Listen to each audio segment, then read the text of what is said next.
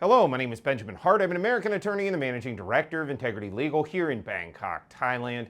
As the title of this video suggests, unfortunately, we're talking about more bad news as it pertains to banking, especially for expats here in Thailand. Before I get into the main thrust of this video, there was a comment put on another video I did recently, and the comment went, "Hey, Ben, B Bank," I think they mean Bangkok Bank, has announced, quote, "Mobile banking will be temporarily unavailable on Sunday, August 17th, 2025, from 2 a.m. to 9 a.m., unquote. So when everyone starts complaining, you don't have to make a video about it." Fair enough. If that's really what was sent out, then there's a message for folks out there, and I thank the commenter for bringing that up. I'm getting into, I expect, probably some pretty deep dives into some stuff having to do with the border. I think the stuff having to do with the border I'll be doing in kind of a special report for the paid news service, but I expect next week, Sunday, I'll probably be doing another deep dive into tax, banking, general expat stuff, as well as whatever news percolates up between now and then. Those who are interested in that, check us out, media@integrity-legal.com. Also, while I'm on the topic of my own book, probably not unfair to bring up the fact, as I've discussed in other videos, my better half and I have set up a restaurant here in downtown Bangkok, American diner style food, including breakfast anytime, Pancake Palace. If you're interested in that, links in the description below. Again, American diner style food and breakfast anytime. Back to the issue of banking though, the main thrust of this video actually came from another person who emailed me. Hats off to the person who did. I'm going to leave you anonymous, but I'm going to go ahead and read what you sent. So sent by email, quoting directly, "Came across this today, may be interesting for you." And this is from huahinforum.boards.net. Quoting directly, "Foreigners are slowly," or I think they meant slowly, but it says slowing. "Foreigners are slowly being locked out of or limited from using Thai mobile banking apps." Quoting further, "Just tried to send some money from myself to top up my Visa account balance using Thai mobile banking apps, and it turned into something out of a Kafka novel." Yeah, a lot of that going around. A lot of Kafka stuff going around right now. It seems like between the World Economic Forum and the OECD, that's the Organization for Economic Cooperation and Development, so-called, which if this is development, take me back to undeveloped, thank you. But yeah, it's just Kafka stuff everywhere. Banking, immigration, the combination thereof. It's just ridiculous. That said, quoting further, "Apparently the Thai banks have started restricting foreign account holders from making transactions using their apps. I wanted to send 200K, so I'm presuming 200,000 baht, from SCB to K Bank using the apps, which I've done before, but now my DAI. The SCB app refused the transfer, throwing up a warning that my facial recognition was not in their system." I mean, come on. This is ridiculous. If this isn't totalitarianism, what is? And meanwhile, what would life have been like if Thailand would have adopted the so-called digital wallet? I mean, this is what it's like, where we still have some of the residue of the standard system with some of the residue of basic notions of privacy. And this is how it is over moving 6,000 bucks? 200,000 baht? Really? Quoting further, "My facial recognition was not in their system and I needed to physically go to the bank. Popped into the local branch expecting a quick photo and enabling the app, but they wanted to scrutinize my phone number, which I've had for 25 years, SIM registration stats." Again, this is the bank. This is the bank asking for all this crap. What gives them the right to do this? I get it. Affirmatively, it's their platform, their protocols. But this is backdoor totalitarianism. And it's what is the outcome of the, if you will, fascist iteration of totalitarianism. Because the private enterprises do what the state can't do. And that's what's happening here. The state can't come in and tell foreigners, "Oh, we need all this stuff, and we need your SIM card, we need all of this for you to move money around." But the banks, because they're private, they can do that. And this is just a telltale sign, just a hallmark of World Economic Forum thinking and modus operandi. And it's the worst thing for Thailand.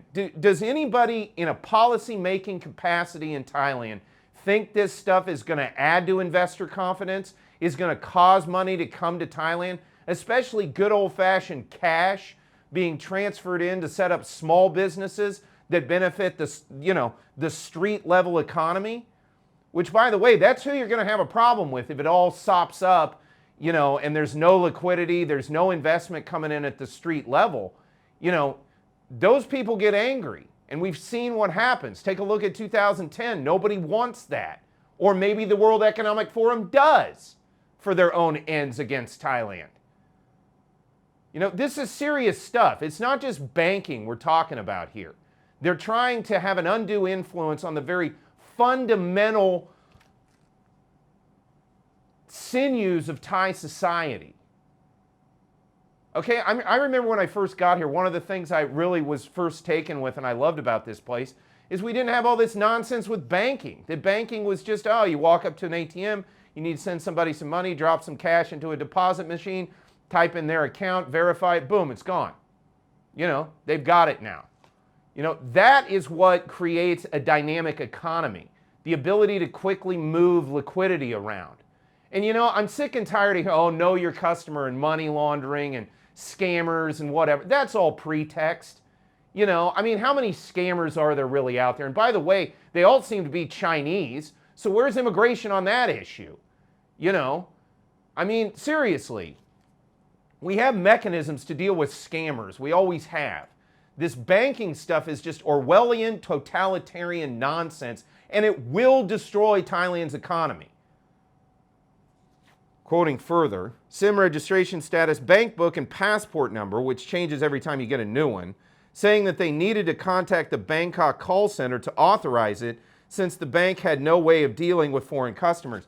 I'm going to put a guy's Twitter up. There's a guy named Dave Colum. I may put some links, in fact, I will put some links to some recent videos he's done podcasting with some other people out there on YouTube. I really like Dave. Apparently he's going to be on Tucker here pretty soon. He already apparently recorded it, but they haven't put it out yet.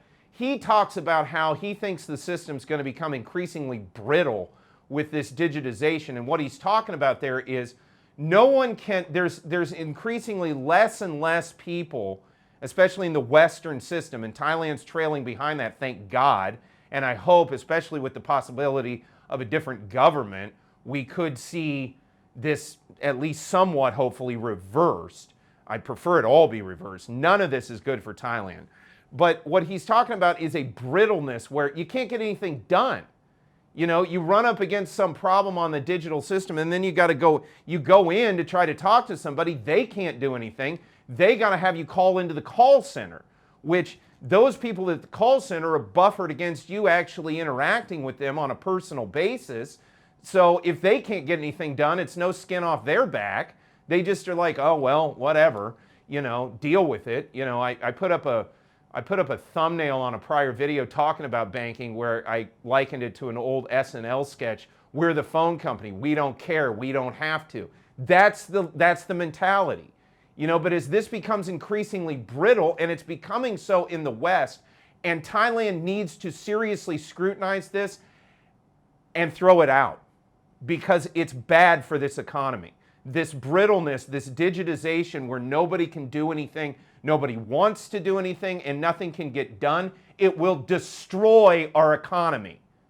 We've seen it. We're seeing it in real time in Western Europe, to some extent in the United States, although some of it's being turned back, most notably because Mr. Trump, among other things, and by the way, all the hate in the comments where people are calling me some kind of Trump idolizer, have you listened to my videos? I'm pretty middle of the road on the issue with Trump. I think he's done some good things. I think he's done some stuff I don't like. On top of that, I've said it before and I'll say it again. To my mind, he was better than the alternative in 2024.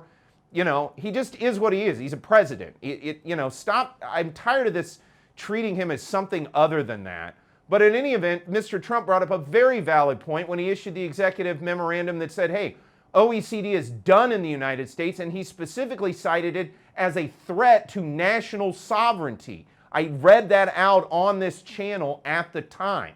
It is a threat to national sovereignty, and we're seeing it here. It's a threat to the underlying economy via the banking system. And this brittleness that Dave Colum brings up it will harm Thailand's economy. It will. It just simply will.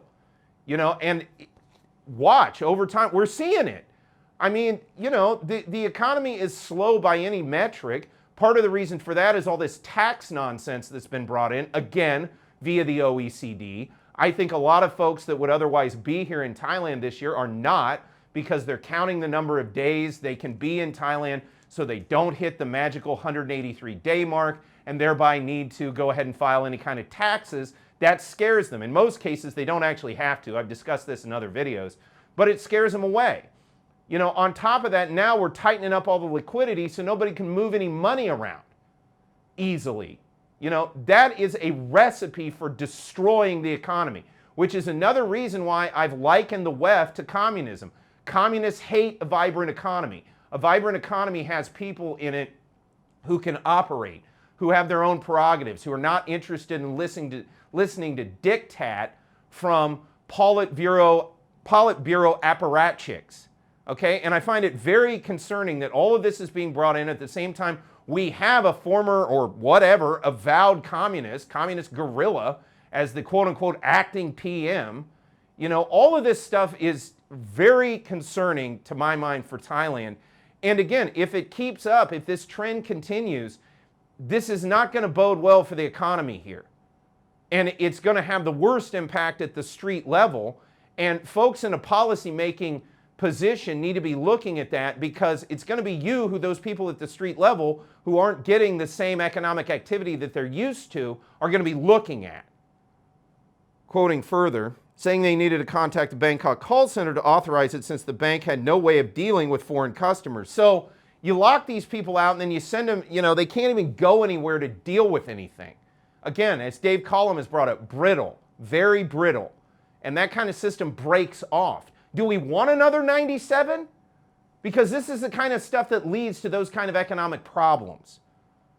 Quoting further, the apps for Thais have built-in facial recognition linked to their ID biometrics. Well, that's its own problem. I mean, who's in favor of that? I'm certainly not. I don't use digital banking. The call center couldn't speak English and the bank staff were limited, so my Thai came into play, but that wasn't enough. The woman on the phone told me at 1,000,000 miles per hour, and that's an interesting one. I've seen this in other videos. They've brought up the fact that, you know, these folks that work in these businesses and things that have to deal with this are getting an attitude because they're getting tired of having to hear all these complaints and things. You know, is this what we want Thailand to have our national sort of happiness metric? Because that's something Thailand is known for as well, is that Thais are a happy people. You know, we've had this OECD and WEF nonsense come in here and just corrode it all the way.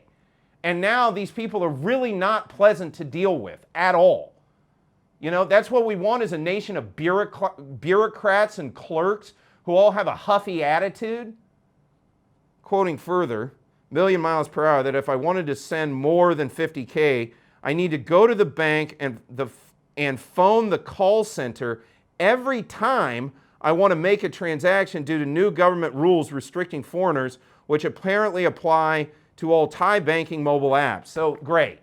So now foreigners can't transfer more than 50K without going through some rigmarole. I got to be honest with you, this is going to have a terrible negative impact on the overall economy. I don't see how it can't. You know, I mean, and 50K, for anybody who's unaware, that's 1,500 US, roughly, depending on the day and the exchange rate. Okay, I mean, you know, Thais who are contractors, you know, Thais who are, you know, furniture sellers, landscapers. I mean, there's bills that need to be paid that are more than 50,000 baht. And effectively, this stuff is locking those Thai vendors out of the foreign market here in Thailand. That's what's really happening, you know.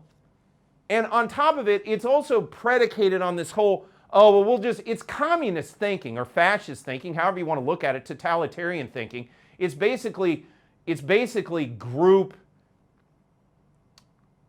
punishment, communal punishment. You know, oh, there's scammers out there, therefore now everybody can't transfer more than 50K. You know, oh, there's Chinese scammers or there's whatever scammers out there. Name a nationality. Any nationality is going to have some level of scammers here in Thailand. But okay, we're all foreign. anybody that's not Thai. They're all foreign. The expat community is all foreign. Oh, we'll just put that restriction on everybody. Instead of doing good police work and just tracking down the scammers, no, we'll just restrict everyone. This is nonsense. That said, quoting further, I gave up and eventually tried sending $49,000 4 times, which worked. Have also cleared out the SCB account now as the app is next to useless, despite it telling me I have a $200K transfer limit. Haven't tried the same process with the K-Bank app. I thank the God of finance for crypto on the way home. Well, I don't know what you're thanking God for crypto for. I mean, crypto is just a different iteration of an online system. And I know people get on me, yeah, look, I get it, but at the end of the day, you're still using the computer to move money. Fundamentally, that's what it comes down to. Back to the email though, quoting, I kind of dismissed it as hyperbole, then decided to check my own K-Bank app. That has been open since 2015 and I rarely use. Sure enough, the daily limit that used to be user selectable up to 2 million baht is now stuck on a max of 50,000. So we now have a situation where they are requesting foreign holders to go register their face if they didn't do so already with the 50K plus requirement a few years ago, and they can still only transfer up to 50,000 baht. Quite amusing, really. This is not the case at the moment for Bangkok Bank, at least for me, which still allows up to 2 million. Yeah, but I mean, how many problems have we heard about with that one, especially as it pertains to folks who are on retirement visas? Quoting further, but is at SCB according to the shared thread. So of the only 3 banks that allow inbound transfers of more than 500,000 baht, 2 of them now appear to only allow at least some account holders to only spend 50,000 of their own money per day. Well, I believe that's only on the digital app. If you go to an ATM card, you know, if you have an amount over 50,000, you can pull out more. Presumably, I'm presuming that. So don't necessarily take me at my word, audience. Maybe go out there and check yourselves. That said, good luck buying a scooter or a return long-haul flight, I guess. Yeah, I mean, that's more to the point. What all this is having an effect on is detrimental to the Thai economy. It means that more people are going to look at this and be like, I don't want to go over there and mess with that weird Soviet banking. And so they don't come and throw money into the economy to begin with. Or if they are here, they're putting far less money than they ever would before. I mean, this is such a government thing because governments don't understand how sales work. They don't understand how marketing works. They don't understand how business works. Look, if you've got somebody that's about to give you 200,000 baht and you can just digitally transfer it over, the more fluid that transaction can be, the better. And by the way, that was the premise of digital banking to begin with. It was supposed to be more convenient, less hassle, easy to deal with. And now we've seen the exact opposite in every way, shape, and form since we've seen this come in. More specifically, I shouldn't say that about digital banking. It's really since we've seen this exploration of the OECD here in Thailand that we've started to see all this nonsense. That's where it's been coming in. But regardless, the premise for digital banking, the way they nudged everybody into that and corralled them into using it so that now people effectively don't even really know how to use standard banking or even ATMs, it seems like. I find it amazing. There's folks who contact us that have a problem just even bank wiring it over using the numbers from the bank account. They say, well, I want a QR code. You know, it's like, really? You can't even punch in some numbers to move money? It's okay. You know, different generations have had different sort of training, if you will. But that being said, this was all touted as being more convenient. And again, circling back to what I was saying, this is clearly government. You know, in business, we know you need to be, if you want to make a sale, the best way to do that is for the money to move as quickly as possible. You know, to put all these obstacles in the way, this is going to have a tremendous negative impact on the economy of Thailand in terms of sales and marketing, in terms of the liquidity and the velocity of money that move through this economy. It's going to be bad. And by bad, I mean it's going to be so bad that we could see ourselves moving into recessionary territory. And for a government that claims it wants that not to happen, they're doing everything in their power, seemingly, to make it happen. You know, if you wanted to end this tomorrow, pull this OECD stuff, stop doing it, take us back to the banking system we had not some 4 months ago, and just continue on. But what we're going to see is it's going to get worse. Liquidity is going to dry up more. There's going to be less economic activity, and that's good for basically no one here in the Kingdom of Thailand.